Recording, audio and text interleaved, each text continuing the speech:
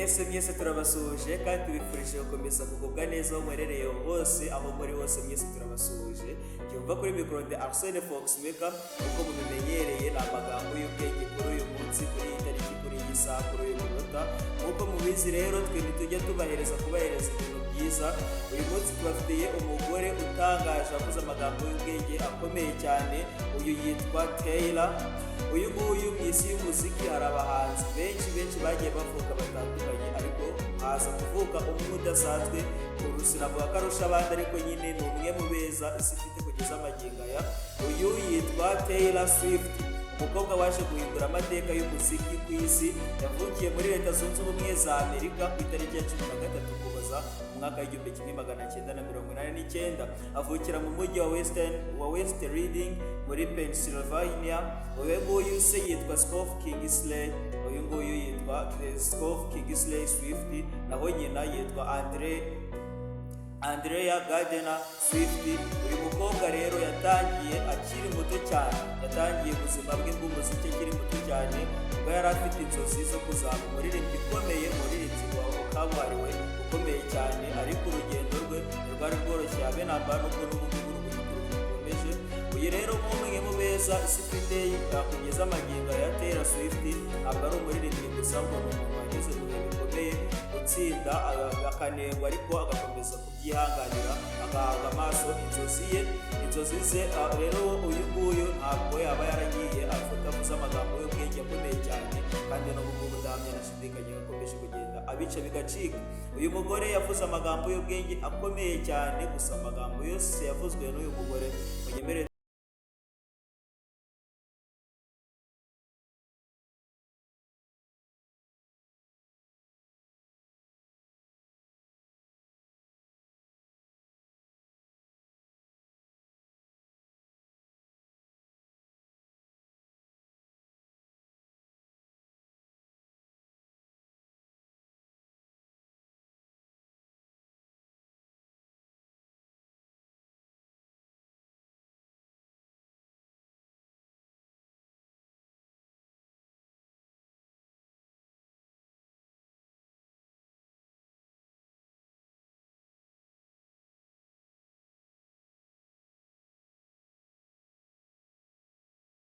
intwari ikomeye. Ati burya ntacyo wageraho utiyizeye, n'abari abaguca intege bajya bakugeraho bakakumva nyine ko bafite ijambo mu buzima bwawe.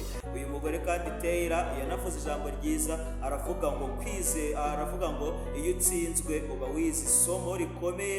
Ati burya iyo utsinzwe ntabwo aba ari iherezo, si impera ry'urugendo rwawe. Uyu mugore yanaravuze ngo ntugomba guhinduka kugira ngo ushimishe abandi. Kubaho ubuzima bwawe ubwawe nibwo bwiza kurusha ibindi byose bibaho. Ati rero ugomba guhinduka kugira ngo ushimishe abantu, ahubwo abantu ugomba kumenya ko nta na rimwe bateze kuzanyurwa n'ibyo ubahereza. Abantu ntibateze kuzanyurwa rwose, habe buri muntu wese uzi. Uyu mugore kandi yanavuze ijambo rikomeye ngo amakosa ntagaragara menshi mu rukundo, ahubwo urukundo nyarwo ntirugaragaramo amakosa menshi, rugaragaramo amakosa make. Uyu mugore anaravuga ngo ntugacike intege kuko wanze gukomeza kuko wanze gukomeza ukagira inzitizi. wowe ugomba gukomeza, ntucike intege, ugakomeza imyanzuro yawe kugira ngo ugere ku ntego zawe wifuza kugeraho. Uyu mugore Taylor yanavuze ijambo ryiza cyane, aravuga ngo gutsinda si iherezo, ahubwo no gutsindwa si imperuka.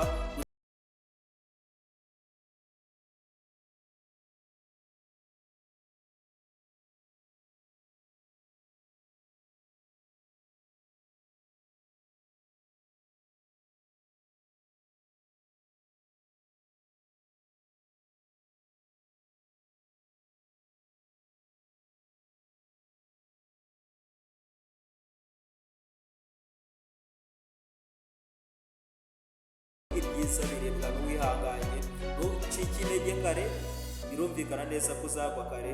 Uyu mugore kandi yararavuze ngo ntugomba gutinya kuba udasanzwe, ahubwo ugomba guharanira kuba umuntu udasanzwe. Uyu mugore kandi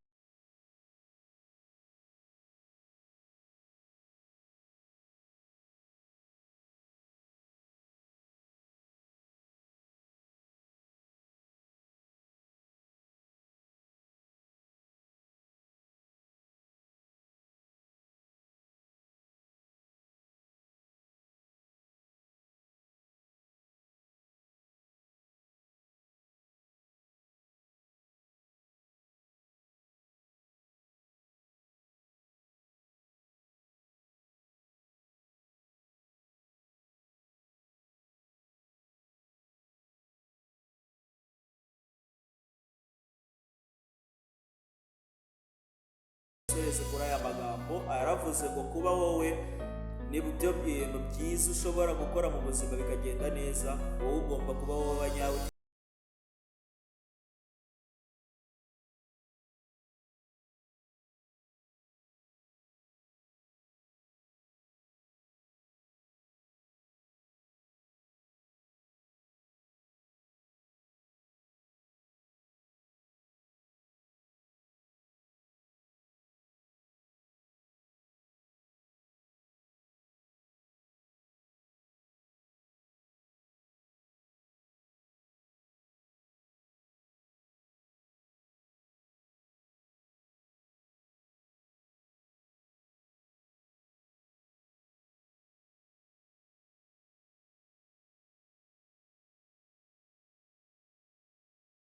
Ntabwo ari amagambo gusa, ahubwo amagambo ye ni amasomo y'ubuzima, ni amagambo y'ubwenge, ni ibintu byiza cyane bitwigisha, bikanadufasha, bikagufasha nawe ubwawe kugenzura inzozi zawe.